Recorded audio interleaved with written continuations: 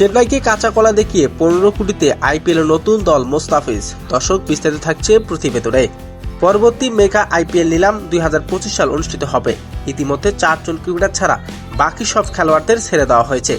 IPL এর নিয়ম অনুযায়ী মেগা নিলামের আগে দলগুলো 4 জন ক্রিকেটার বেশি ধরে রাখতে পারবে না।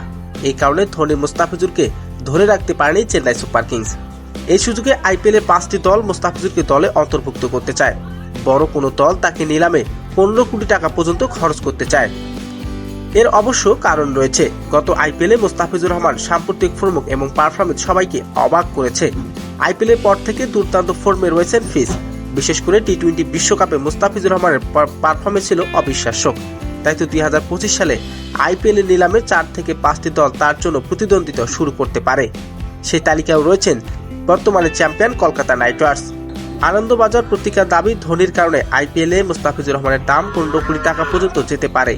মুস্তাফিজুরকে ধরে রাখতে চেয়েছেন ধোনি, কিন্তু সেই ধোনিয়ে ছাড়ছেন এবার চেন্নাই। আর এই সুযোগটা কাজে লাগাতে চায় মুম্বাই ইন্ডিয়ান্স। মুস্তাফিজুরকে পেতে 15 কোটি টাকা পর্যন্ত খরচ করতে প্রস্তুত এই দলটি।